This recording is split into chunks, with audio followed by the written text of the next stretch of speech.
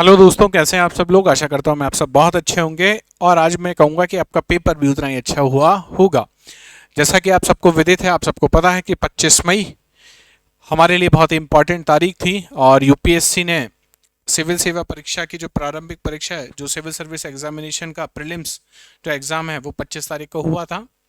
और हर बार की तरीके से इस बार भी आपने यूपीएससी के प्रारंभिक पेपर में बहुत सारे सरप्राइजिंग एलिमेंट देखे। चाहे वो इकोनॉमिक्स के न्यूमेरिकल्स देखे हों, चाहे स्पोर्ट्स के कुछ क्वेश्चंस देखे हों, वो सब क्या थे, सरप्राइजिंग एलिमेंट्स थे। ठीक है। और ये कुछ नया नहीं हुआ है ना, आप ऐसा ना सोचिएगा कि आपके साथ कुछ नया हुआ है या यूपीएससी ने ऐसा पहली बार किया है। यूपीएससी का अगर आप किसी भी साल का प्रारंभिक पेपर उठा के देखोगे, प्रारंभिक परीक्षा का पेपर उठा के देखोगे, तो आप ये पाओगे कि यूपीएससी हर साल कुछ ना कुछ सरप्राइजिंग एलिमेंट रखता है। हर साल ये लगा, हर बार जब प्री होगा तब आप ये सुनोगे कि नहीं, कट ऑफ कम जाएगा, कट ऑफ ये होगा वो होगा। बट अभी आपको क्या मान के चलना है, अभी आपको ये मान के चलना है कि कट ऑफ कुछ भी रहे, cut off X Y Z कुछ भी रहे, अगर दिमाग में आइडिया लेके चलना है तो मैं तो ये कहूंगा कि पिछले साल की जो कट ऑफ थी उससे 2-3 नंबर आप माइनस करके आप लेके चलें और वही कट ऑफ रहेगी मेरे हिसाब से। और ज़्यादा अंदेशा नहीं लगाना चाहिए यार। यूपीएससी ने इस बार जब आंसर की रिलीज़ की तो आप सब मायूस हुए होंगे, हम लोगों को भी काफ़ी शौक लगा कि आंसर्स ऐसे कैसे आए। तो it is unpredictable, public service commission ऐसा होता आया है और ऐसा होता है और ऐसा ही होता रहेगा। ठीक है। बहुत सारी चीज़ें नहीं होती रहती हैं। तो चाहे कट ऑफ से आप कट ऑफ पे हैं, कट ऑफ से ज़्यादा हैं या कट ऑफ से कम है, यही 3 कंडीशन हो सकती हैं। चौथी कंडीशन, यूपीएससी के साइकिल में ऐसा नहीं होना चाहिए कि आप लोग अभी, अगर आपका पहला या दूसरा अटैम्प्ट है तो आप ये सोचें कि मैं बाहर हो जाऊं। ऐसा बिल्कुल नहीं होना चाहिए। ठीक है। आपको अभी से आप 2-3 दिन का रेस्ट लीजिए और अभी से आप मुख्य परीक्षा की तैयारी करने में जुट जाएं। जो कट ऑफ से ऊपर हैं, जो सेफ जोन में है, वो तो बिल्कुल आपको तो जुट ही आना चाहिए। और जिनको लगता है कि यार कट ऑफ से मैं थोड़ा पीछे हूं, मैं आप लोगों से भी गुजारिश करूंगा कि आप लोग भी अपने मुख्य परीक्षा की तैयारी में लग जाएं। आप चाहे 10 नंबर आपको लग रहा है मैं पीछे हूं, फिर भी मैं इसलिए कह रहा हूं क्योंकि आने वाले टाइम में जब आप प्रारंभिक परीक्षा देंगे उससे पहले एटलीस्ट आपका मेंस का सिलेबस कंप्लीट हो जाना चाहिए। ठीक है। बात करते हैं अपने सब्जेक्ट की। अपना सब्जेक्ट है ज्योग्राफी, भूगोल की। अगर अपन बात करें तो 2025 का जो प्रीलिम्स का पेपर था उसमें भूगोल के करीब करीब, अगर डायरेक्टली और इनडायरेक्टली सवाल देखे जाए तो करीब 16 के आसपास वो सवाल हमको देखने को मिले थे। ठीक है। अच्छा, आप चाहो तो वो पोर्चुगीज वाला जो क्वेश्चन है, पोर्चुगीज कौन कौन से फ्रूट्स लेके आए थे, अब चाहो तो आप उसे मॉडर्न हिस्ट्री में रखें, चाहे आप उसे एग्रीकल्चर को बोल के आप उसको किस में रख लें, ज्योग्राफी में रख लें। It totally depends on you. अभी आपने देखा भी होगा कोचिंगों के यूट्यूब पे, कोचिंगों में सब, अभी आप देखोगे दौर चलेगा कि ये सवाल मेरे नोट्स में से थे, नहीं ये सवाल इस सब्जेक्ट का था, जिस सब्जेक्ट का था आप सबको ये पता है, आप सब समझदार लोग हैं, आप खुद डिसाइड कीजिएगा। सरप्राइजिंग था, लेकिन बहुत सारे ज्योग्राफी के क्वेश्चन प्रिडिक्टेबल थे कि हाँ ये सवाल बनना चाहिए। और यकीन मानिए जब हम कॉन्टिनेंटल ड्रिफ्ट थ्योरी पढ़ाते थे और जब मैंने भी पढ़ा था ये, तो तब से लगता था यार सवाल कब आएगा कब आएगा, क्यों हम इसको पढ़ रहे हैं। और यूपीएससी ने इस बार बता दिया कि लो भाई, कॉन्टिनेंटल ड्रिफ्ट थ्योरी का सवाल ले रहा। अदरक की चाय राजेंद्र नगर में, ओल्ड राजेंद्र नगर में इतनी बार पेपर कभी सोचा नहीं था कि जिंजर से सवाल पूछ लिया जाएगा। मम्मी अक्सर कहा करती थी कि हल्दी वाला दूध पी लेना, लेकिन हल्दी से सवाल बन जाएगा। तो दिस इज यूपीएससी यार, है ना, यही है यूपीएससी। यूपीएससी कब आपको आपकी जो आम जिंदगी को आपके पेपर के साथ जोड़ के दे देगी, परोस देगी आपके सामने, हमें पता भी नहीं लगेगा। ठीक है। शायद इसीलिए ये एग्जाम इतना स्पेशल होता है, बाकी सबसे अलग होता है। तो एक एक करके हम लोग ज्योग्राफी के सवालों को देख लेते हैं। मैंने कोशिश की ज्योग्राफी के सवालों के एक्सप्लेनेशन जो निकालने की, साथ ही साथ उसके आंसर्स निकालने की। ये अभी तक मेरे हिसाब से दिए गए हुए आंसर सही है, मेरे अकॉर्डिंग आंसर सही है। इसमें मुझे नहीं लगता बहुत ज़्यादा बदलाव होंगे, लेकिन it is UPSC, you never know, कुछ भी हो जाए। चलो पर शुरू करते हैं। और पहला सवाल है, कुछ ये सेट बी हम लोग डिस्कस कर रहे हैं ना, सेट बी है ये। और सेट बी का क्वेश्चन नंबर 13 है ये। क्या क्वेश्चन है, क्या सवाल पूछा गया था, कंसिडर द फॉलोइंग स्टेटमेंट।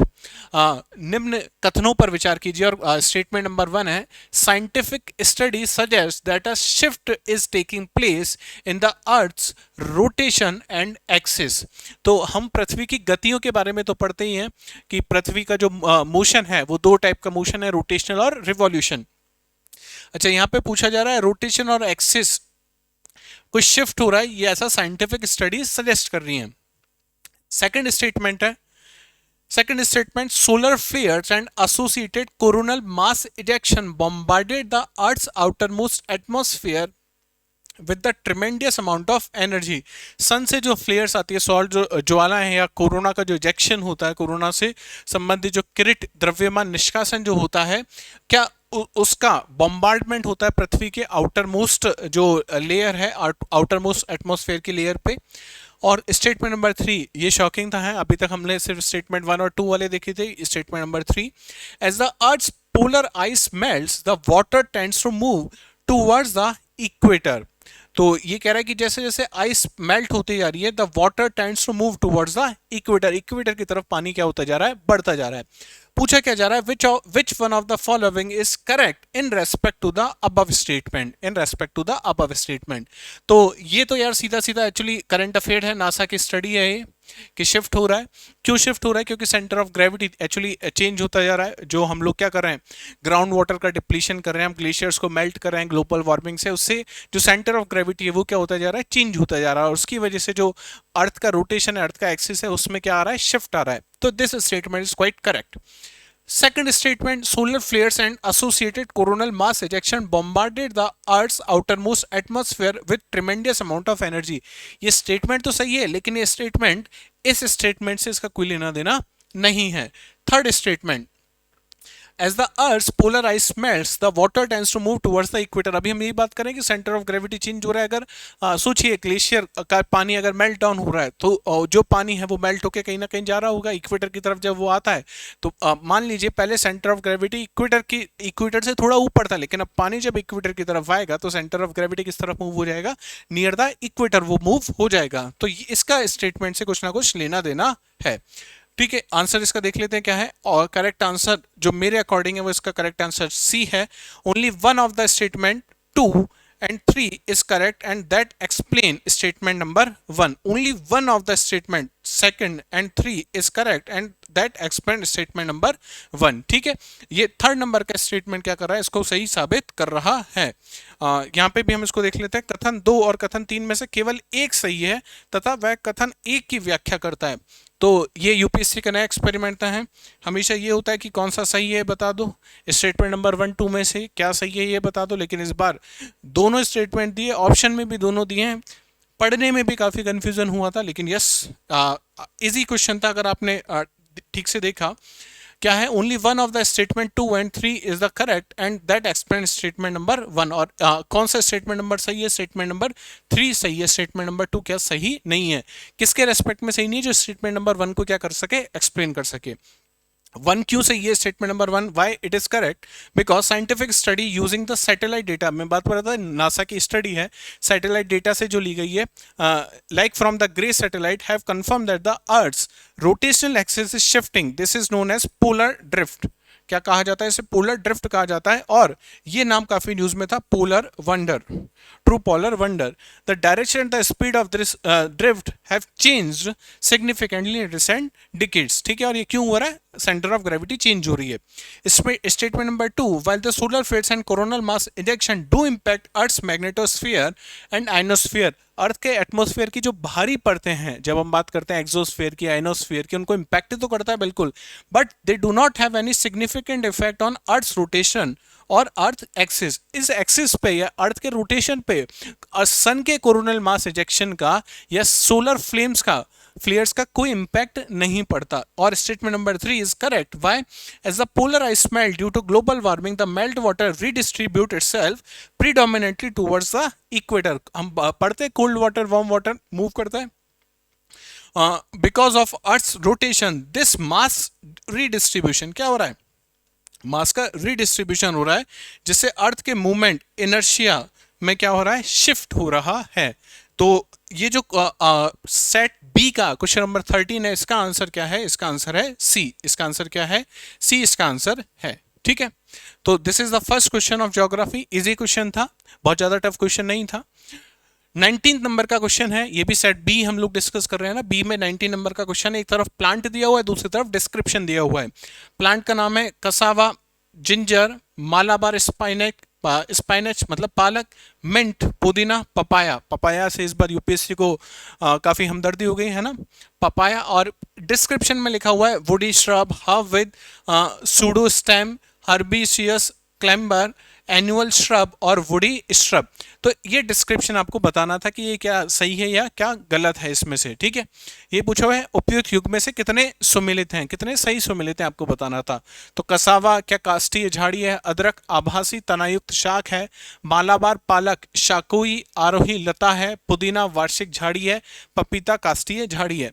अच्छा, इसमें से अगर नॉर्थ इंडिया की बात करें तो देखो हम सबने अदरक देखा है, अदरक कैसे होती है, हम सबने पुदीना को होते हुए देखा है, पपीता को होते हुए देखा है, ये सारी चीजें हमने देखी है। इवन हमने पालक पालक भी देखा है अपने, पालक जमीन में से कैसे उसके पत्ते बाहर निकलते हैं और पालक के पत्तों को तोड़ा जाता है, ठीक है। तो उस बेसिस पे हमें क्या करना था, इसका आंसर करना था। ये थोड़ा सा अगर आप किताबों के भरोसे रहोगे तो ये शायद आपको नहीं मिल पाएगा, है ना। ये जवाब आपको डायरेक्टली किसी बुक में आपको देखने को नहीं मिलेगा, और अगर किसी बुक में या किसी स्टडी में आया भी होगा तो हमने कभी इसको इतने ध्यान से नहीं पढ़ा है, ठीक है। तो ये थोड़ा सा कॉम्प्लेक्स क्वेश्चन था। क्या है इसका आंसर देख लेते हैं। Pair one is correctly matched, कैसे, जो कसावा है is a perennial semi woody shrub, कैसा है, semi woody shrub that typically grows between 1 and 5 meter tall. Through it can reach up to 7 meter in some cases. It belongs to the Euphorbians family, which includes a wide range of plant types, herbs to trees. This cassava plant has a woody stem. कैसा है, woody stem that is important for the vegetative propagation and its morphology varies with age and variety. तो इसमें आपको woody stem और semi woody shrub आपको देखने को मिलेगा। तो यही पूछा था, कसावा में क्या है, वुडी श्रब है, तो ये कैसा हो जाएगा, ये करेक्ट है, क्या है, करेक्ट है। पार्ट टू की अगर अपन बात करें तो part two is also correctly matched, कैसे, जिंजर, ये क्या है, हेर्बिशियस प्लांट है दैट प्रोड्यूसेस सूडोस्टेम्स, क्या है, सूडोस्टेम्स आपको इसमें देखने को मिलेंगे। आभासी है जो शाखाएं हैं वो आपको इसमें देखने को मिलती हैं, फॉल्स स्टेम आपको देखने को मिलते हैं, ठीक है। हब्स विद सूडो स्टेम, और हब की तौर पे तो हम इसको यूज करते हैं, याद करो कोविड के बाद भी यूपीएससी ने ऐसा क्वेश्चन पूछा था हब से रिलेटेड, जो मेडिसिनल प्रॉपर्टीज वाले प्लांट्स है उससे रिलेटेड क्वेश्चन यूपीएससी ने पूछा था, ठीक है। मालाबार स्पाइनेच की अगर अपन बात करें, इस पालक की अपन बात करें, Malabar spinach is a herbaceous climber. It is fast growing soft stem semi succulent vine that can reach length up to 10 meter. It is a perennial vine in tropical region but also grows in annual in cooler climate. This plant has twining stem and thick fleshy leaves making it vigorous climbing. ठीक है, ये बात आपको पता होना चाहिए। तो क्या ऑप्शन हमको दिया हुआ था, सही बात है, अर्बिक्यूअस क्लाइंबर, ये लिखा हुआ है सीधा सीधा। मिंट की अगर अपन बात करें, क्या एनुअल श्रब है, it is not an annual shrub, it is a perennial herb, क्या है, पेरेनियल हर्ब है। तो पुदीना, पुदीना क्या आप एक ही मौसम में यूज करते हो, पुदीना आपको हमेशा मिल जाता है, वही चीज इस तरीके से इस क्वेश्चन को सॉल्व किया जा सकता था। Meaning it grows back year after year and it is not a woody like a shrub. आपको हर साल पुदीना, आपको एक बार आपने उगा दिया तो हर साल आपको क्या देखने को मिल जाएगा, पुदीना देखने को मिल जाता है। पुदीना की हमने बात की है। पपाया, पपाया भी क्या एकदम वुडी होता है, लकड़ी जैसा होता है उसका पेड़, क्या उस फर्नीचर बना सकते हो पपीते के पेड़ से। तो papaya it is not a woody shrub, it is classified as a larger herbaceous plant और a small tree-like plant which typically grows 5 to 10 meter tall with a single soft and sparsely branched stem. तो ये हमको पता है, आपने सबने पपीते का पेड़ देखा है। तो ये वो क्वेश्चन था जो सिर्फ ऑब्जर्वेशन से किया जा सकता था, किताबों की जरूरत इसमें नहीं थी। तो इसका आंसर क्या है, ऑप्शन नंबर इसमें B, B is the correct option, only three. तो फर्स्ट थ्री जो है वो इसके करेक्ट है, यही बात की हमने, फर्स्ट थ्री इसके क्या है, करेक्ट है। ये क्वेश्चन था क्वेश्चन नंबर 19 सेट बी का। क्वेश्चन नंबर 42 आसान सवाल था ये, क्वेश्चन नंबर 42। मैं कहूँगा अगर आपने ओल्ड एनसीईआरटी आपने पढ़ी है अच्छे से, ओल्ड एनसीईआरटी में आप देखोगे हर एक कॉन्टिनेंट को क्या किया हुआ है उन्होंने अलग तरीके से क्लासीफाई किया हुआ है। एक बार आपको अफ्रीका बताया जाता है, नॉर्थ अमेरिका बताया जाता है, तो वहाँ पे सीधा सीधा बताया गया है। और उसके अलावा भी अगर आपने कॉन्टिनेंटल ज्योग्राफी भी पढ़ी, आपने पढ़ा है रॉकी के बारे में, एंडीज के बारे में, यूराल्स के बारे में, तो ये बहुत बेसिक सा क्वेश्चन है। जनरली हम जब यूपीएससी की तैयारी करते हैं ना तो हमारे दिमाग में थॉट प्रोसेस डाल दिया जाता है कि यूपीएससी में फैक्ट्स नहीं पूछे जाएंगे। ये आपके सामने फैक्ट्स हैं, यहाँ पे नहीं पूछा गया आपके कि भाई रॉकी या एंडीज जो माउंटेन माउंटेन है इसका फॉर्मेशन कैसे हुआ है, या ये कैसा माउंटेन है, फोल्ड माउंटेन है, ब्लॉक माउंटेन है, ये नहीं पूछा गया, या कौन सी प्लेटों के कन्वर्जेंस से हुआ है, डाइवर्जेंस से हुआ है, किस तरह से हुआ है। तो कंसेप्ट यहाँ पे नहीं पूछा, इसने सिंपली आपसे क्या पूछा कि एंडीज माउंटेन कितने देशों से होके गुजरता है। तो अगर आपको ये चीज पता है, इफेक्ट अगर आपको पता है, तो बहुत आसानी से इसको सॉल्व किया जा सकता था। ठीक है, क्या क्या देश के नाम है, बोलीविया, ब्राजील, कोलंबिया, इक्वाडोर, पैराग्वा और Venezuela. Andes mountain passes through how many of the above countries, कितने देशों से पास होता है। ठीक है, अगर ये मैप याद था तो सीधा सीधा दिख रहा है, Venezuela, Colombia, Ecuador, Peru, Brazil, Chile, यहां से पास होता है। और इसकी हाईएस्ट पीक क्या है, माउंट एकानगुआ, माउंट एकानगुआ। एंडीज स्पेशल भी इसलिए है क्योंकि वर्ल्ड की सबसे लंबी लॉन्गेस्ट माउंटेन रेंज आपको देखने को मिलती है। बोलीविया में आपको देखने को मिल रहा है, बिल्कुल है बोलीविया में। Brazil, the Andes do not passes through Brazil, it is mostly Amazon and the Atlantic coast. तो ब्राजील से आप देख रहे हो, ब्राजील यहाँ पे रह गया, ब्राजील से पास नहीं हो रहा है। और ये बहुत, अगर आपने कभी भी साउथ अमेरिका का फिजिकल मैप देखा है, जब आपने कभी अमेजन रिवर देखी होगी, अमेजन फॉरेस्ट देखे होंगे, तो बहुत क्लियरली विजिबल होता है कि कौन एंडीज कहाँ से पास नहीं होता, ब्राजील से पास नहीं होता। तो ब्राजील से पास नहीं हो रहा। ठीक है, कोलंबिया, कोलंबिया से पास हो रहा है, तो बिल्कुल ये रहा कोलंबिया, कोलंबिया से पास होता हुआ हमको देखने को मिल रहा है। इक्वाडोर, इक्वाडोर को पास कर रहा है, तो इक्वाडोर आपको दिख रहा है, बिल्कुल इक्वाडोर से पास होता हुआ हमको दिख रहा है। पैराग्वे, पैराग्वे की अगर अपन बात करें तो देखो पैराग्वे साइड में रह गया, बोलीविया से पास होते हुए मुड़ जाता है, घूम जा रहा है। तो पैराग्वे से पास नहीं हो रहा, ब्राजील से पास नहीं हो रहा। ठीक है, इसके बाद वेनेजुएला, वेनेजुएला से बिल्कुल पास हो रहा है, ये रहा वेनेजुएला। और यहाँ पे स्टार्ट जो पॉइंट है वेनेजुएला, यहाँ से पास होता हुआ आपको दिख रहा होगा। तो इन सब कंट्रीज से क्या हो रहा है, पास हो रहा है कौन, एंडीज। तो कितने हो गए, बोलीविया हो गया, कोलंबिया हो गया, इक्वाडोर हो गया और वेनेजुएला। तो टोटल 4 कंट्रीज जो मेंशन थी उससे पास हो रहा है कौन, एंडीज माउंटेन। ठीक है, नेक्स्ट क्वेश्चन, क्वेश्चन नंबर 43।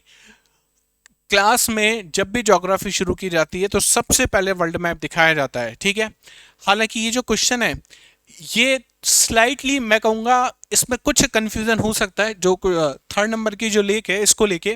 हालांकि जब मैंने लैटिट्यूड देखे इसके तो वहाँ से काफ़ी क्लियरिटी मिल गई, लेकिन शायद कुछ कंफ्यूजन यहाँ पे क्रिएट हो सकता है। लेकिन फिर भी जब भी हम लोग वर्ल्ड मैप देखते हैं तो मैं हर बार बताया जाता है इक्वेटर कहाँ से पास हो रहा है, Tropic of Cancer, Tropic of Capricorn.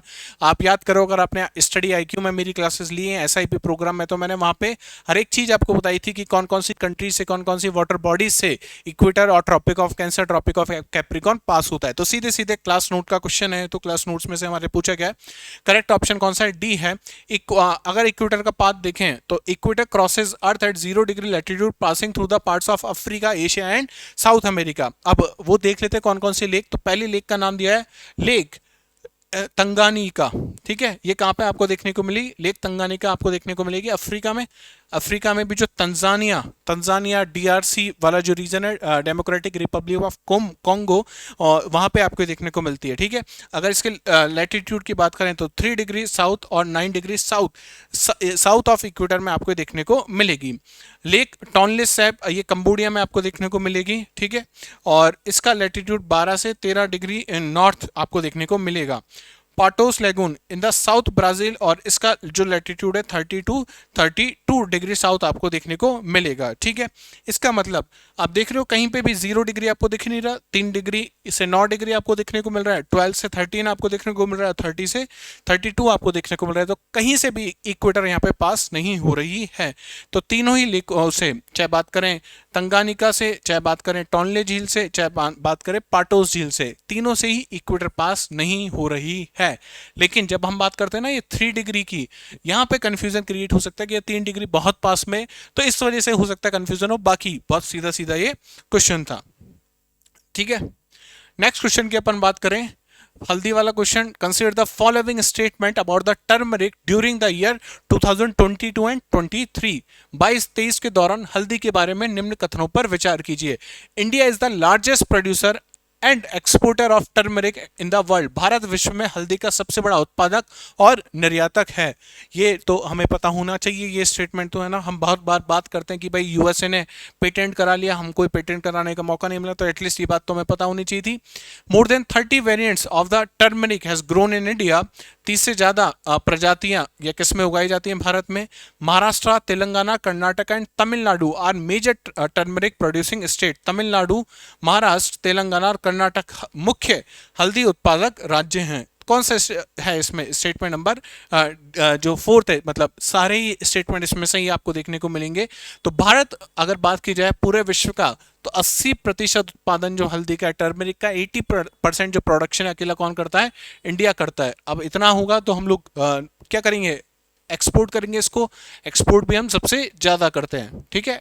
और यूएई में बहुत ज़्यादा हम एक्सपोर्ट करते हैं इसको, ठीक है। स्टेटमेंट नंबर 2, इंडिया में 30 से भी ज़्यादा 30+ जो वैरायटी है वो उगाई जाती हैं, ठीक है। ICAR जो है वो हेल्प करता है। इसके अलावा Indian institute of spices and research ये भी हेल्प इसमें करता है। स्टेटमेंट नंबर 3, बिल्कुल Telangana, Maharashtra, Karnataka, Tamil Nadu are among India's top turmeric producing state along the Andhra Pradesh and Orissa, ठीक है। तो तीनों स्टेटमेंट इसके सही हैं।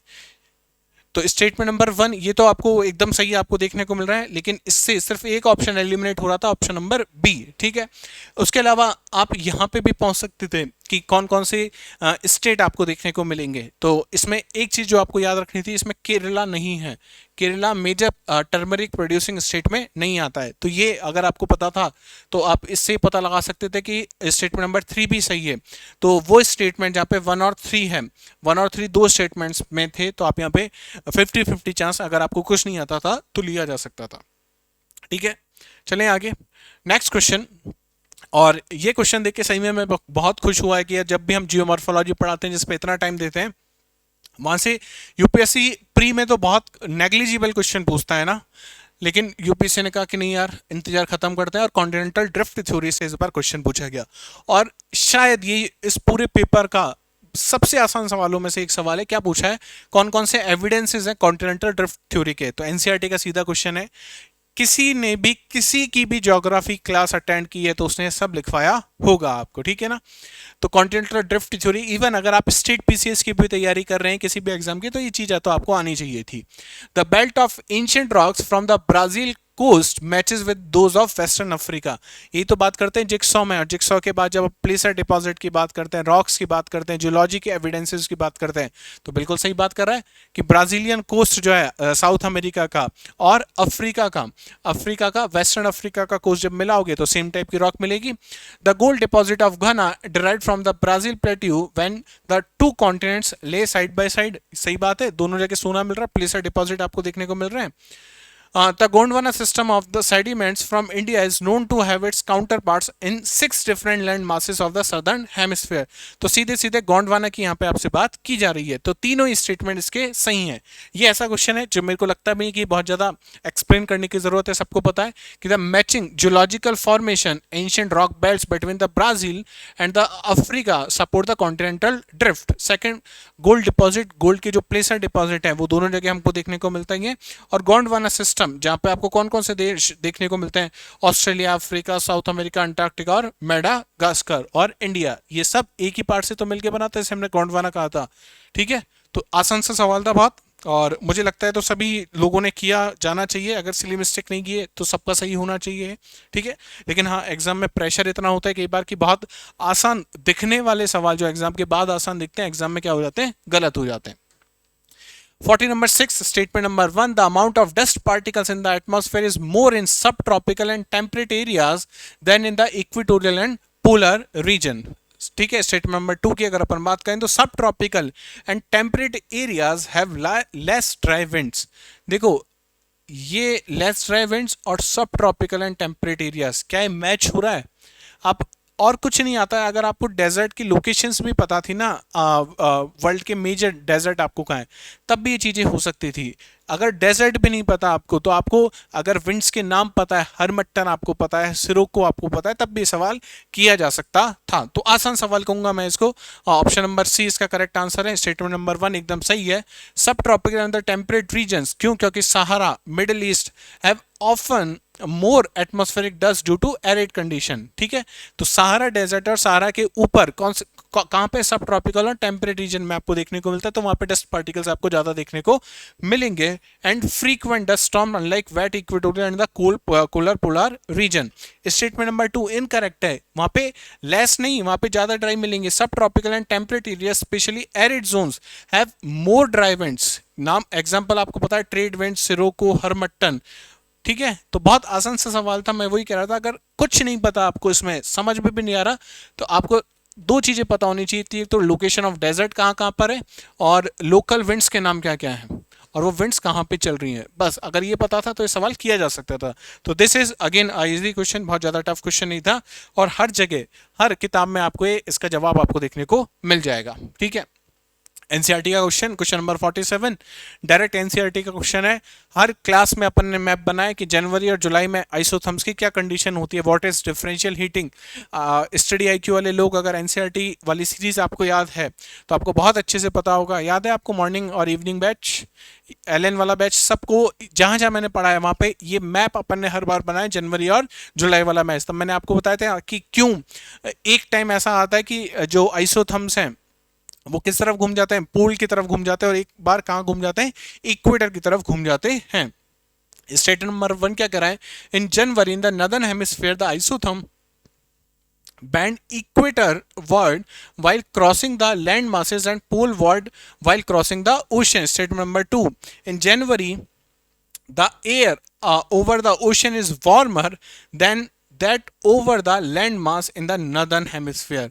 जनवरी की बात की जा रही है, सन की लोकेशन पता है, ITCZ कहाँ है, डिफरेंशियल हीटिंग पता है, पानी जल्दी गर्म होता है या लैंड जल्दी गर्म होती है। इजी सा सवाल, क्वेश्चन नंबर 47, बहुत आसान सवाल। स्टेटमेंट नंबर केवल एक सही, दो स्टेटमेंट नंबर 1 करेक्ट है और स्टेटमेंट नंबर 2 दोनों ही क्या आपको देखने को मिलेंगे, करेक्ट आपको देखने को मिलेंगे। ठीक है, लेकिन क्या कोई रिलेशन है? स्टेट नंबर 1 करेक्ट है, in January winters in the northern hemisphere, सर्दियां मिलेंगी हमको, हमारे यहाँ पे सर्दियां रहती हैं। Isotherms bend equatorward over the land masses, भाई टेम्परेचर ज्यादा कहाँ मिलेगा, उस तरफ घूम जाएंगी। And poleward over the ocean due to differential heating. Differential heating मतलब धरती जल्दी गर्म होती है, जल्दी ठंडी हो जाती है, बल्कि पानी की अगर अपन बात करें तो धीमे धीमे गर्म होता है और धीमे धीमे ठंडा होता है। Statement number 2, oceans retain heat better than islands. So in January, air over the northern hemisphere ocean is warmer. वही सेम बात यहाँ पे की जा रही है, इस डिफरेंशियल हीटिंग को अलग तरीके से एक्सप्लेन किया जा रहा है।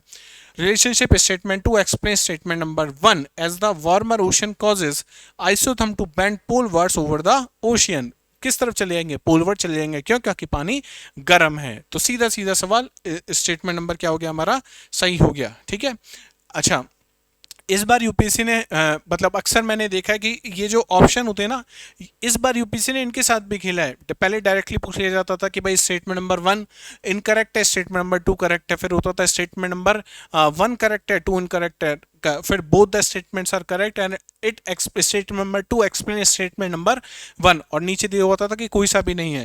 लेकिन इस बार यहाँ पे भी खेला गया है, तो अगर सिर्फ ये पढ़ा था और ये नहीं पढ़ा था तब भी क्वेश्चन क्या हो सकता था, गलत हो सकता था। इसलिए मैंने आपको हर बार कहा है कि कम से कम पेपर 2 से 3 बार पढ़ना चाहिए प्री का, है ना। नेक्स्ट क्वेश्चन पे अपन चलते हैं। 48 क्या स्टेटमेंट है, फिर से 3 स्टेटमेंट देखो, और इजी क्वेश्चन था। अगर रॉक्स वाला चैप्टर याद है, अब याद करो। जियोमॉर्फोलॉजी देखो, हर बार क्या करते हो, नेग्लेक्ट कर देते हो कि जियोमॉर्फोलॉजी से क्वेश्चन नहीं आएगा, छोड़ देते हैं, बहुत बड़ा है। पूछ लिया, देखो रॉक्स एंड मिनरल से क्वेश्चन पूछ लिया है, और उसमें भी क्या, उसकी प्रॉपर्टी से क्वेश्चन पूछा है। सिर्फ ये नहीं पूछा आपसे इग्नियस रॉक क्या है, सेडिमेंट्री क्या है, मेटामॉर्फिक क्या है, रॉक साइकिल क्या है, नहीं, आपसे उनकी प्रॉपर्टी, भाई पोरस है, परमिएबिलिटी है या नहीं है। ठीक है, क्या स्टेटमेंट है देखो, in the context of effect of water on rocks, chalk is known as a very permeable rock whereas clay is known as quite an impermeable or least permeable rock। ठीक है ना, तो चौक को कह रहा है कि एकदम परमेबल होती है, और क्ले जो होती है वो काफी कम परमेबल होती है। chalk is porous and hence can absorb the water।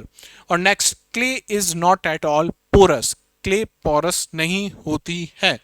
तो स्टेटमेंट नंबर जो 3 है इसका सही है, क्या है, only one of the statement number 2 and 3 is correct and that explain statement number 1। चौक दोनों होता है, पोरस भी होता है और परमेबल भी होता है। चौक को ऊपर पानी डालो, याद करो बचपन में स्कूलों में, मुझे नहीं पता आप उन स्कूलों में पढ़े हो या नहीं जहाँ पे ब्लैक बोर्ड और चौक का यूज़ होता था।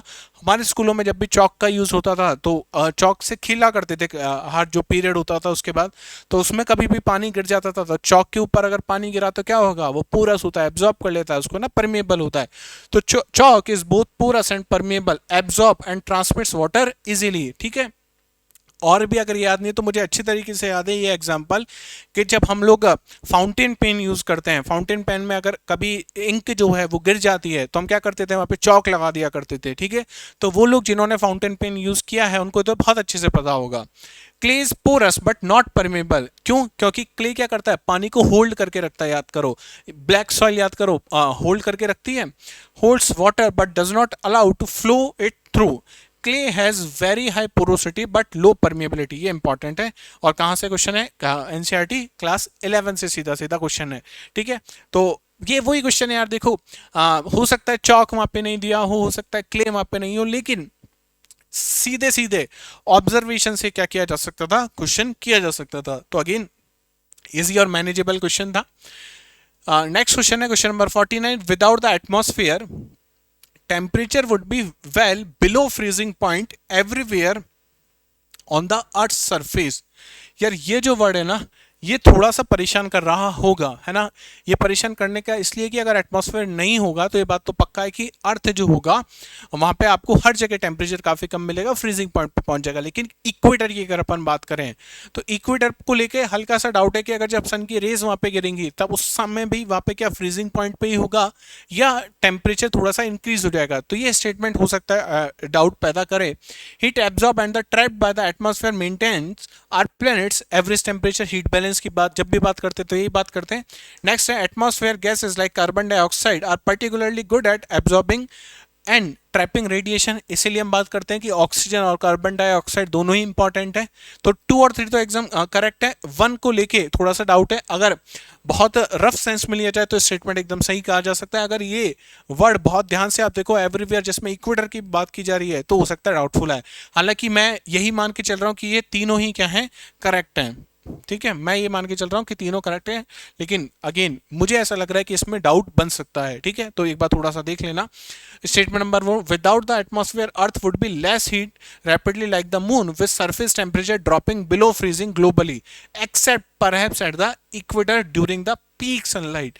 तो ये वाली जो चीज है इसमें मुझे डाउट था। तो एक बार वेट करते हैं यूपीएससी की आंसर की का, नेक्स्ट ईयर तक हमको करना पड़ेगा। और बाकी आंसर की में भी देखा तो बहुत सारी में मेरे को ये पाया कि कुछ इंस्टीट्यूट ने इसको करेक्ट माना है, कुछ ने नहीं माना है। तो इट इज लाइक 50-50 टाइप है ना, तो थोड़ा सा देखना पड़ेगा इसको।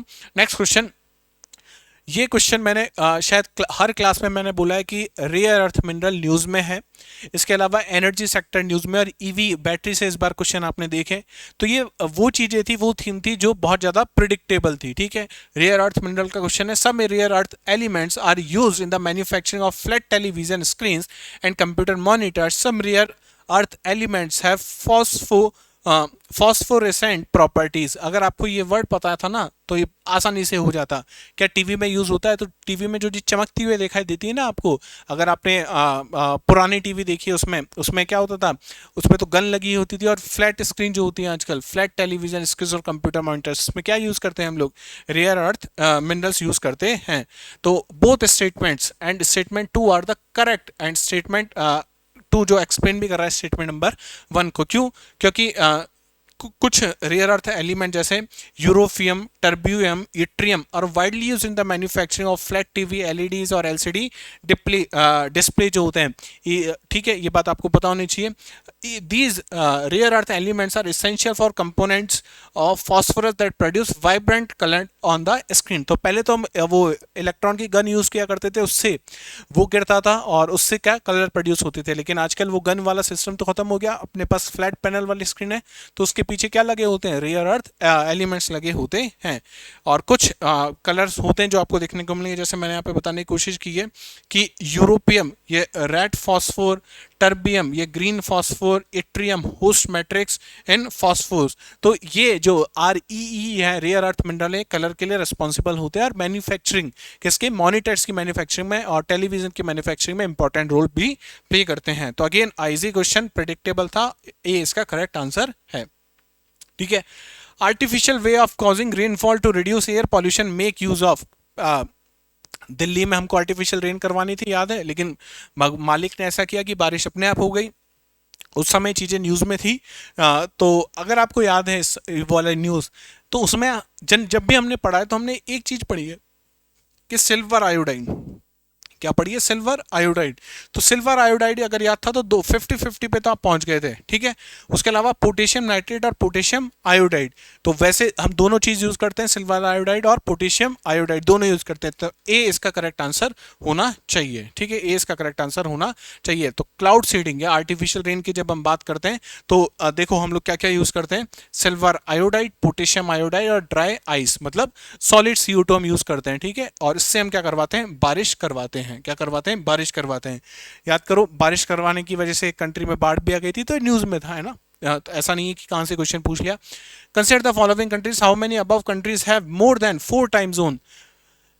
लैटिट्यूड लॉन्गिट्यूड हजारों बार पढ़ा, टाइम जोन इतनी बार पढ़ा है, इंडियन स्टैंडर्ड टाइम कैसे निकाला, GMT कैसे निकाला। अगर आपको कंट्रीज देख के भी अगर आपको अंदाज था कि कंट्रीज कितने बड़े हैं, क्या उनकी साइज है, वर्ल्ड मैप का अगर आइडिया था तो इजीली किया जा सकता था। इसमें एक में दिक्कत आती, डेनमार्क में इसके कुछ आइलैंड्स भी हैं तो वहां पे अलग टाइम जोन है, बाकी इजीली मैनेजेबल क्वेश्चन था। ठीक है, तो इसमें 4 कंट्रीज हैं, कौन कौन से, जैसे ऑस्ट्रेलिया में देखोगे तो 9 टाइम जोन है, UK में देखोगे 9 है, बहुत अलग अलग क्या है टेरिटरी है। इस वजह से न्यूजीलैंड 5, ब्राजील 4 और डेनमार्क में 5 टाइम जोन। तो इस वजह से ये पूछा गया, और यहाँ पे कितना पूछा गया है, मोर देन 4 टाइम जोन, 4 से ज़्यादा कितने के पास है, तो ओनली 4 जो हैं उसमें आपको देखने को मिलेंगे। और क्यों, क्योंकि इसमें तो केवल 4 टाइम जोन है, किसमें, ब्राज़ील में, इसमें 4 से ज़्यादा नहीं है। ठीक है, तो इजी क्वेश्चन था। नेक्स्ट 97, फिर से देखो फिर से लॉन्गिट्यूड का क्वेश्चन। नो बडी एक्सपेक्ट कि लैटिट्यूड लॉन्गिट्यूड से इतना क्वेश्चन पूछा जा सकता था, लेकिन क्वेश्चन पूछ लिया गया। देखो कुछ नहीं, इंटरनेशनल डेट लाइन का कंसेप्ट है, याद करो। वो टेढ़ा जो लॉन्गिट्यूड है, बाकी सारे लॉन्गिट्यूड सीधे हैं, एक लॉन्गिट्यूड टेढ़ा है 180 डिग्री का, जिसे इंटरनेशनल डेट लाइन कहते हैं। क्यों टेढ़ा है, अगर एक आइलैंड पे क्या हो जाती, दो डेट हो जाती है, इस वजह से उसको क्या बना दिया हमने, जिगजैग बना दिया है। ठीक है, उसके अगर एक से दूसरी तरफ आप जाओगे तो क्या हो जाता है, डेट चेंज हो जाती है, आपको डे का लॉस हो जाएगा या डे आप क्या कर लोगे, गेन कर लोगे। आ रही हैं सब चीजें, याद है। तो वही पूछा गया है, Anadyr in Siberia and Nome in Alaska are a few kilometers from each other, but when people are waking up and getting set for breakfast in these cities, it would be different days. ठीक है, when it is Monday in NDR, it is Tuesday in Nome. तो statement number 1 एकदम सही है, ये जो है ये गलत है, इसमें इसने उल्टा लिख दिया है ना, एक चीज को आगे बता दिया है। अगर आपको याद है अर्थ का रोटेशन, अर्थ कौन से डायरेक्शन में रोटेट कर रहा है, अपने एक्सिस पे इस डायरेक्शन में रोटेट करता है, तो इंटरनेशनल डेट लाइन में जब इधर से इधर आओगे तो गेन होगा, इधर से इधर जाओगे लॉस होगा। ये चीज अगर आपको याद है तो आप इजीली इसको सॉल्व कर सकते थे। क्या हो गया, करेक्ट ऑप्शन का ये हो गया, 1 इज करेक्ट और second is incorrect. When it is Monday in Russia, it is still Sunday in Nome, not Tuesday. तो ये बात पता होनी चाहिए थी, बस ये उल्टा लिखा हुआ था, बाकी एकदम सही था। ठीक है, consider the following pairs, country और रिसोर्स रीजन आपसे पूछा है, Botswana, Chile, Indonesia. Botswana for diamond, Chile for lithium, Indonesia for निकल। या दो तो बहुत ही आसान थे, कोई दिक्कत ही नहीं थी इसमें। बोत्सवाना डायमंड की फैक्ट्री है, सबसे ज्यादा डायमंड आपको यहाँ पे देखने को मिलेंगे। World top producer of diamond, specially जो डायमंड होता है, जैम क्वालिटी का जो डायमंड होता है वो आपको यहाँ पे देखने को मिलेगा। कौन सा डेजर्ट है आप मुझे बता सकते हो, बोत्सवाना के पास, वहां पे जनरली आपको देखने को मिलेगा। चिले, लिथियम, ठीक है, लिथियम ट्रायंगल का भी पार्ट है। बोलिविया और अर्जेंटीना के साथ नेक्स्ट कौन सी कंट्री होती है, चिले ही है, तो ये बहुत ऑब्वियस था, ट्रायंगल है। इंडोनेशिया में आपको निकल बहुत ज्यादा मिलता है, और it is the world's largest producer of nickel. किसके निकल किसके लिए यूज़ करते हैं हम लोग, स्टील बनाने में हम जनरली काम में लेते हैं। उसके अलावा अगेन ये इलेक्ट्रॉनिक जो व्हीकल होते हैं उनकी बैटरी बनाने में भी निकल काम में आता है। ठीक है, तो तीनों ही क्या थे इसके करेक्ट थे, तीनों statement. Easy question, industrial region अगर आपको पता है, रिसोर्सेज रीजन आपको पता है तो आप मैनेज कर लोगे। नेक्स्ट क्वेश्चन पूछा आपसे, region and country, Mallorca, Italy, Normandy, Spain, Sardinia, France. In how many of the above rows in the given information correctly matched? कौन सी कितनी पंक्तियों में दी गई जानकारी सुमेलित है? तो इसमें क्या है, डी। इनमें से कोई सा भी सही नहीं है। क्यों सही नहीं है? क्योंकि ये पूछा गया जो मालोरा या इसको माजोर्का भी बोलते हैं, ये किसका आपको देखने को मिलेगा, ये है स्पेन का। स्पेन का टेरिटरी, और कौन से सी में आपको देखने को मिलेगी टेरिटरी, ये आपको देखने को मिलेगी मेडिटेरेनियन सी में। ठीक है, मेडिटेरेनियन सी में आपको देखने को मिलेगी। जो सिसली और वो आइलैंड्स हैं जो आपको देखने को मिलता है, उसके पास में आपको आइलैंड देखने को मिलेगा। स्टेटमेंट नंबर 2 ये भी क्या गलत है। नॉर्मैंडी ये आपको जो रीजन देखने को मिलेगा ये फ्रांस का है, और कहाँ देखने को मिलेगा, इंग्लिश चैनल को, इंग्लिश चैनल। और ये क्यों इंपॉर्टेंट है, क्यों वर्ल्ड वॉर 2 के टाइम में इंपॉर्टेंट था। ठीक है, उस समय से इंपॉर्टेंट है। जो द डे हमने बनाया था वर्ल्ड वॉर 2 के समय, उस समय यहाँ पे क्या किया गया था, कुछ एरोप्लेन वगैरह उतारे गए थे, इसलिए इंपॉर्टेंट है। जब वर्ल्ड हिस्ट्री में भी आप पढ़ते हो उसको। स्टेट नंबर 3 की अगर अपन बात करें तो सार्डिनिया ये कोई आइलैंड कंट्री नहीं है, ये सेकेंड लार्जेस्ट आइलैंड है। और कहाँ पे देखने को मिलेगा, अगेन मेडिटेरेनियन सी में आपको देखने को मिलेगा। सबसे बड़ा आइलैंड सिसली है, सिसली के बाद जो आपको देखने को मिलेगा उसका नाम है सार्डिनिया। क्या देखने को मिलेगा, सार्डिनिया। ठीक है, चलो तो ये कुछ क्वेश्चन थे ज्योग्राफी से रिलेटेड, और डायरेक्टली इनडायरेक्टली सारी क्वेश्चन मैनेजेबल है। एक आध को छोड़ दिया जाए, जैसे वो जिंजर वाला जो क्वेश्चन है उसमें हो सकता है आपको कुछ गड़बड़ी हुई हो, बाकी सारे क्वेश्चन ज्योग्राफी वाले जो क्वेश्चन थे वो मैनेजेबल थे। आप इसमें एक क्वेश्चन और ले सकते थे अगर आप चाहते तो, पोर्चुगीज कौन कौन से फ्रूट्स यहाँ पे लेके आए थे। तो हम बात तो करते हैं पोटैटो, टोमेटो, चिलीज के बारे में। उसके अलावा पपाया, पाइनएप्पल, ये भी कौन लेके आया था, पोर्चुगीज लेके आया था। तो ये सारे क्वेश्चन एक दो, जैसे ये कभी भी जिंजर वाला जो क्वेश्चन है ये आपको किसी नोट्स में, स्पेशली मेरे नोट्स में तो नहीं था, मैं आपको बहुत ईमानदारी से बता सकता हूँ, ये मेरे नोट्स में आपको देखने को नहीं मिलेगा। इसके अलावा जो रीजन जो हमने लास्ट में देखे, हालांकि हम सिसली वगैरह की बात करते हैं लेकिन इन आइलैंड्स की हम ज़्यादातर बात नहीं कर पाते, तो ये क्वेश्चन आपको नोट्स में से देखने को नहीं मिलेगा। उसके अलावा टाइम जोन की भी जब हम बात करते हैं तो जब मैप बताया जाता है टाइम जोन वाला, तो उसमें आपको बताया जाता है कि यहाँ पे मेजर टाइम जोन है, तो उससे इसको आप इसको रिलेट कर सकते थे। तो वही है, क्वेश्चन मैनेजेबल थे ज्योग्राफी के, बहुत ज़्यादा टफ क्वेश्चन नहीं थे। उम्मीद करता हूँ कि आप सबका पेपर अच्छा रहा होगा।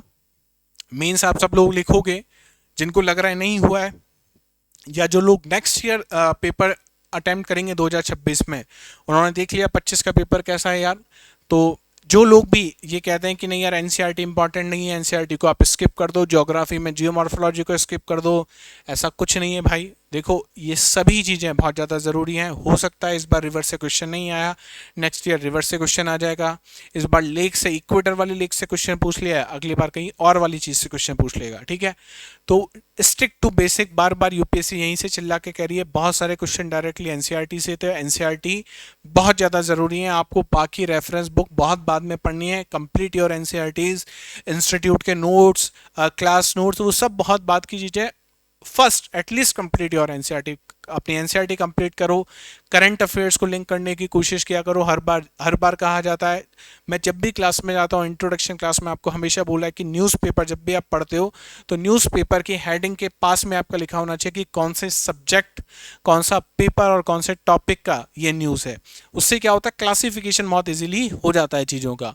तो जो लोग 2026 या 27 का अटैम्प्ट देने की कोशिश करेंगे, आगे जो भी देंगे, तो उनको यहाँ से ट्रेलर मिल ही गया होगा। जिन लोगों का हो रहा है बहुत अच्छी बात है, जिन लोगों को लग रहा है कि शायद नहीं बैठेगा, मैं फिर भी आपसे कहूँगा कि गो फॉर मेंस की तैयारी करो, कंप्लीट योर ऑप्शनल, एथिक्स, ऐसे बाकी गवर्नेंस, जितने भी जो टॉपिक हैं किसके, मेंस के, सोशल इश्यूज, सोसाइटी, ये सब आप एटलीस्ट एक बार कंप्लीट कर लो, ताकि अगर भगवान ना करे हो जाए, कट ऑफ कुछ चमत्कारी हो जाए आपके लिए और कट ऑफ इतना नीचे आ जाए कि आपका सिलेक्शन उसमें हो जाए, तो एटलीस्ट हम लोग मेंस देने के काबिल तो हों। ऐसा तो ना होगा कि वहाँ पे जाएंगे और खाली बैठ के आ जाएंगे, ऐसा तो नहीं होना चाहिए। और इस बार नहीं तो अगली बार तो देना ही है मेंस, तो दोनों ही तरीके से हमें इसमें फ़ायदा हो जाएगा। ठीक है, तो मैनेजेबल क्वेश्चन थे, बहुत सारे क्लास नोट्स में थे, अपने वाले क्लास नोट्स में जिन्होंने पढ़ा होगा उन्होंने देखा भी होगा, पाया होगा। मैं कोई ये दावा नहीं करता कि मेरे 90% या 100% जो भी क्वेश्चन पूछे गए सारे नोट्स में से आ गए। अगर कोई ये दावा भी करता है कि 100% क्वेश्चन क्लास नोट्स में से, तो वो पॉसिबल नहीं है यार। देखो, अगर वो पॉसिबल होता तो हम लोग यहाँ पे नहीं, हम लोग कहाँ होते, यूपीएससी का पेपर सेट कर रहे होते। ठीक है, तो पर हाँ 70-80%, 70% 75% के आसपास डायरेक्टली आपको नोट्स में से देखने को मिला है। बाकी करंट के कुछ क्वेश्चन थे जो आप मैनेजेबल थे। तो ज्योग्राफी मेरे अकॉर्डिंग मैनेजेबल था। मैं कोशिश करूंगा मॉडर्न हिस्ट्री का भी डिस्कशन जल्दी लेके आ जाऊं, ताकि मॉडर्न हिस्ट्री का भी आपको आइडिया लग जाए। ठीक है, तो मिलते हैं नेक्स्ट क्लास में। बाकी आज से हम लोग एंशिएंट हिस्ट्री वाली क्लासेस भी शुरू कर रहे हैं और मॉडर्न हिस्ट्री आपकी कंटिन्यू चल रही है, एनसीईआरटी भी अपनी चली रही है। तो ये सारी सीरीज आपको यूट्यूब पे मिल जाएंगी। और फिर से वही बात कि यार शेयर कर दिया करो, सब्सक्राइब कर दिया करो, लाइक कर दिया करो, कमेंट सेक्शन में बता देना कैसा लगता है क्लासेस। और मिलते हैं नेक्स्ट सेशन में, तब तक अपना ध्यान रखिए। जय हिंद, जय भारत।